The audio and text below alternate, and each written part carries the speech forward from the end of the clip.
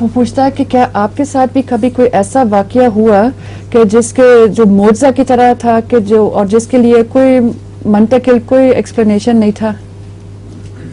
ہاں ایسے بہت واقعات ہوئے ہیں. ایک واقعہ تو ہوا تھا، مجھے حضرت خلیفہ مسیح ثالث نے ایک کام کے لیے وہاں بھجوایا. ایسٹ پاکستان اس وقت بنگلہ دیش تھا.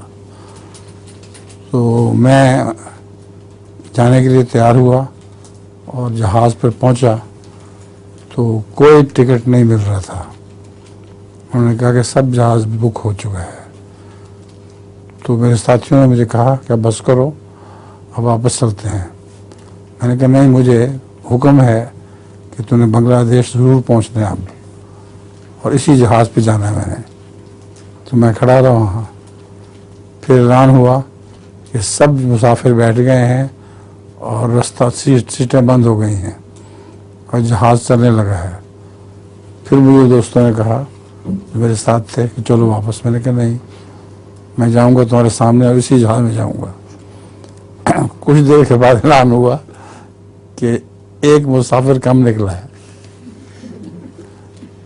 جو پہلے تھے انتظار کرنے والے وہ سارے گھر چلے گئے تھے واپس.